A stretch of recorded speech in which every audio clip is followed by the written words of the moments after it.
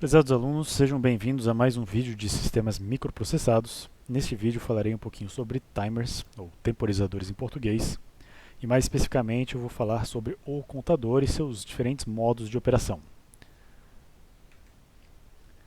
Temporizadores, ou timers em inglês, são compostos por três elementos principais: referência de tempo, um contador de n-bits e um ou mais comparadores.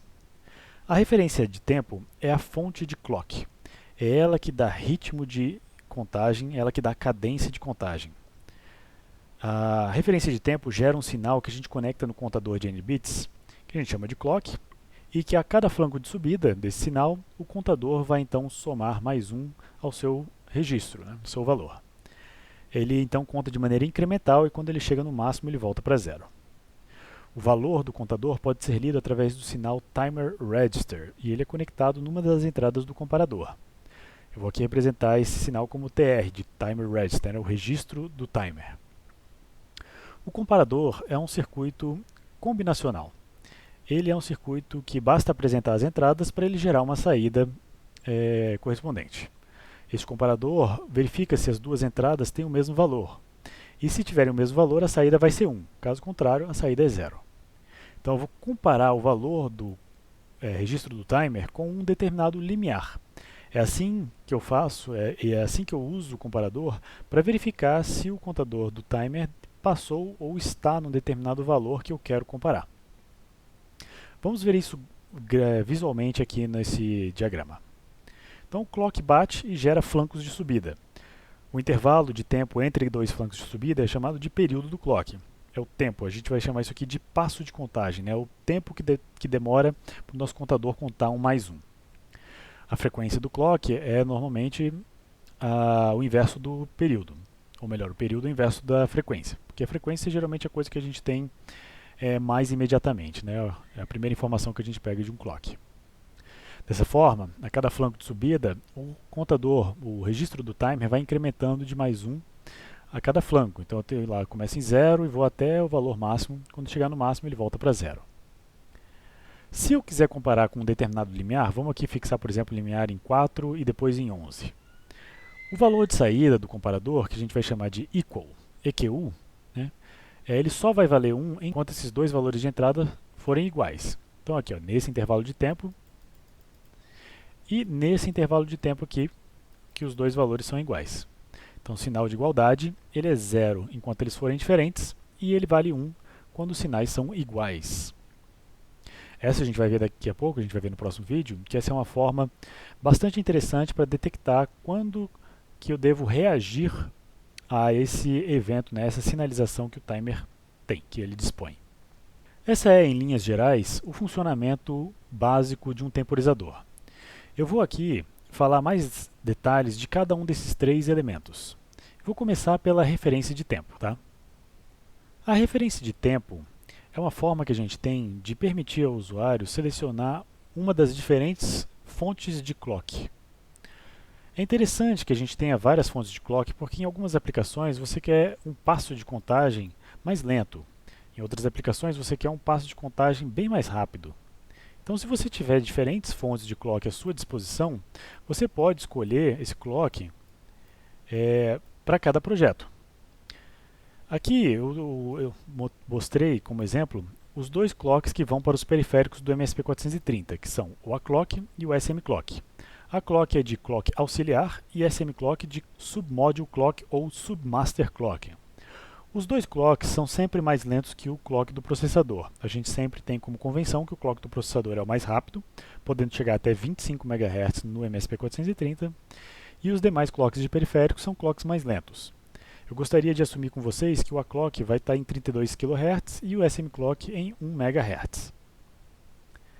Existem outras formas também de selecionar um clock, não só com clocks internos ao microcontrolador, mas existe uma forma de você selecionar um clock que vem de fora, através de um pino externo. E outras demais formas também podem ser possíveis aqui. A chave que seleciona esses diferentes valores é chamado de SCell ou Source Select. Permite selecionar então a fonte do clock. Esse multiplexador aqui de entrada vai então fornecer o valor do timer clock ou simplesmente clock, que eu vou usar de agora em diante. Agora vamos dar uma olhadinha no nosso contador. O contador é um elemento sequencial, tá? Ele é um registro sequencial que vai, a cada batida do clock, incrementar o seu valor. Então ele tem uma entrada aqui, é um clock. Ele tem o valor do timer como saída em n bits e pode ter algumas entradas especiais, como por exemplo para carregar um valor ou para limpar o valor, né, para zerar o timer e começar do zero. Esse clock, aqui eu vou representar com apenas 3 bits para ficar mais didático. A cada flanco de subida, esse valor incrementa, e quando ele chega no máximo, ele volta para zero. Essa transição do máximo para o zero é chamada de overflow. E não é um problema, tá? É geralmente algo que a gente inclusive quer detectar. Perceba que o passo de contagem ele é determinado pelo período do clock. Então, o dt aqui, o passo de contagem, vai ser 1 sobre a frequência do clock. Agora note que o tempo total de contagem é o número possíveis de passos que eu posso dar multiplicado pelo tempo de cada passo. Então eu vou ter 2 elevado a n vezes o período do clock. Nesse caso, como n é 3 bits, então vou ter 8 vezes o período do clock. Agora olha só, o nosso timer é um timer de 16 bits. Esse timer aqui é o timer de 3 bits. Se eu aumentar o número de bits do meu timer, eu vou ter muito mais degraus para contar. Se eu colocar mais um bit aqui nesse contador, eu tenho então 16 estágios possíveis para contar até o máximo. Então você percebe que essa escadinha ela ficou mais precisa. Conforme eu aumento o número de bits, isso vai ficando cada vez mais e mais preciso. Com 16 bits eu tenho mais de 65 mil possibilidades. Então eu não vou representar mais nessa forma de escadinha. Eu vou representar como se fosse uma linha contínua. Mas saibam que aqui dentro, cada estágio, né, cada incremento é um degrau, já que esse sistema é um sistema digital baseado num clock. Então cada flanco de subida a gente incrementa de mais um. Beleza. O nosso contador, ele possui outras entradas além dessas aqui. Ele possui uma entrada que permite a gente selecionar o modo de contagem. Esse modo de contagem vai variar de microcontrolador para microcontrolador. Eu vou falar um pouquinho dos diferentes modos de contagem que existem no MSP430. Os modos de contagem do MSP430 são 4. O modo stop, o modo continuous, o modo up e o modo up-down. No modo stop, o modo mais elementar, o contador simplesmente não conta. É como se o clock tivesse parado. Ele fica no último valor que ele contou. Não necessariamente zero, pode ser um valor intermediário entre zero e o valor máximo. No modo contínuo, o timer vai contar de zero até o valor máximo, que a gente chama de teto de contagem. O tempo total, o período, né, de contagem, ele é fixo. Então ele é dado por 2 elevado a n passos vezes o período do clock. Note que o valor de tempo de contagem é sempre dado pelo teto de contagem mais 1. Isso porque a gente conta o degrau zero, né? Então, só para dar um exemplo aqui para vocês, eu vou voltar um slide e perceba o seguinte, olha, se o valor de máximo que eu colocar, se eu estabelecer o valor é 1, então esse cara vai contar 0 até 1 e depois vai voltar para 0. 0 até 1 e depois vai voltar para 0. Então o tempo de contagem, ele é o quê? Ele é o valor 0 mais o valor de teto de contagem. Por isso que a gente pega o valor do teto de contagem e soma mais 1. Então aqui é 1 mais 1, que vai dar 2, eu contei 2 passos. Tá? Então, daí vem essa regrinha aqui. Para estabelecer o tempo total de contagem, você sempre conta o valor do teto de contagem mais 1. Se o teto de contagem é 2 elevado a n menos 1, então o valor do tempo vai ser 2 elevado a n batidas do clock, ou 2 elevado a n passos de contagem, que é determinado pelo período do clock. No modo up, eu consigo determinar o teto de contagem com base em um dos comparadores. Aqui eu chamei esse limiar, o valor desse comparador de limiar. Então o período, né, de contagem desse setup aqui é dado pelo limiar mais 1 vezes o período do clock. Então daí vem a necessidade de sempre colocar o mais 1 aqui, porque a gente conta, né, o período do zero junto. Uma outra forma de calcular isso é botando o limiar mais 1 sobre a frequência do clock. Isso aqui é uma forma mais fácil de calcular, já que a frequência do clock é um valor mais acessível. Geralmente, quando você pensa em clock, você pensa em frequência e não em período. Então, eu queria fazer uma pequena análise aqui para a gente ver um dos compromissos fundamentais de timer. Observe o máximo de contagem. Eu posso estabelecer esse teto de contagem, esse limiar aqui, em qualquer valor entre 0 e o valor máximo. Mas vamos olhar para o máximo por enquanto. O máximo em 16 bits é 2 elevado a 16 sobre a frequência do clock. Esse tempo eu vou mostrar aqui para dois casos diferentes. Para o caso quando o clock é um clock lento, um clock de 32 kHz mais ou menos, e para um clock rápido, um clock de 1 MHz. Esse tempo máximo vai ser exatamente 2 segundos para o clock mais lento. E para o clock mais rápido eu só consigo contar mais ou menos 65 milissegundos. Um outro fato a gente observar aqui é o período, o passo de contagem.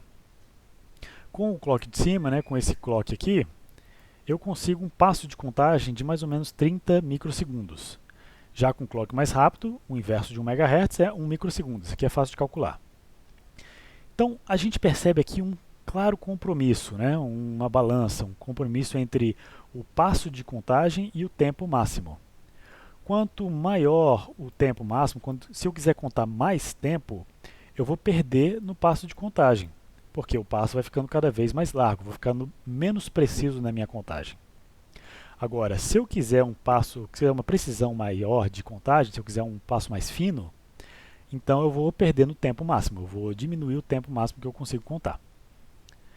Então esse é um dos compromissos fundamentais aqui da escolha do projeto de timer. E eu já vou adiantando, uma coisa que a gente vai fazer nos exercícios, é que o tempo máximo de contagem, ele está certo que ele está limitado aos 16 bits do contador. Mas esse valor máximo pode ser facilmente driblado por software.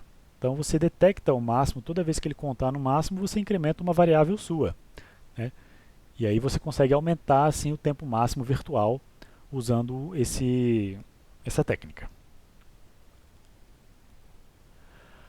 O último modo de contagem do contador é o modo up-down, que vai fazer com que o timer conte até o valor determinado por um limiar que você estabelece, e quando ele chega nesse valor, ele então começa a decrementar. Ele decrementa até chegar em 0 e aí ele volta a incrementar.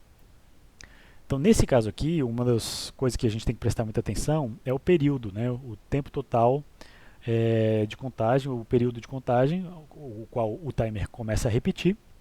Ele é 2 vezes maior do que no caso anterior.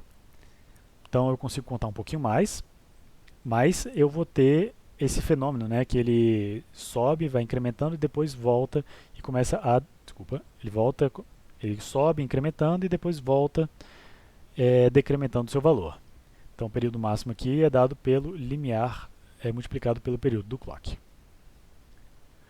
Então, esses são os conceitos principais do contador. Para a gente aprender e ter o conhecimento completo, no próximo vídeo eu vou explicar como funciona o comparador. E aí a gente vai tornar o uso desse contador mais interessante. Vamos ver como é que a gente usa então o contador junto com o comparador no próximo vídeo. Aguardo vocês lá.